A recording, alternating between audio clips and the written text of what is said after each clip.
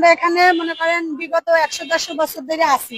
এখন আমাদের ছেলেমেয়েরা স্কুলে ভর্তি হয়েছে, ওদের পড়াশোনা, তারপরে যেই টাকা বেতন পাই এতে আমাদের সংসারই চলে না। আমরা যে ভাড়া কোথাও থাকবো সেই জায়গাও না। আমাদের খালি একটাই অনুরোধ বিভাগীয় কমিশনার স্যারের কাছে যে আমরা যেন সন্তানাদি নিয়ে সুন্দরভাবে বসবাস করতে পারি, এই ব্যবস্থাটুকু করে দিতে। আর আমাদের এখান থেকে যেন উচ্ছেদ না করে। তার যদি কোনো কিছু করা থাকে আমাদের রাইখা, আমাদের 27টা ফ্যামিলি আমরা এই জায়গায় আমাদের রাইখা তারপর এর ব্যবস্থা হেন এইখানেই করুক, ঠিক আছে, এইখানেই করুক স্যার। এই জায়গাতে আমরা যাইতে চাই না। আমার ছেলে মেয়েরা সবাই স্কুলে ভর্তি, ওরা এখন এই মুহূর্তে আমরা কোথায় নিয়ে ভর্তি করাবো, কি করাবো?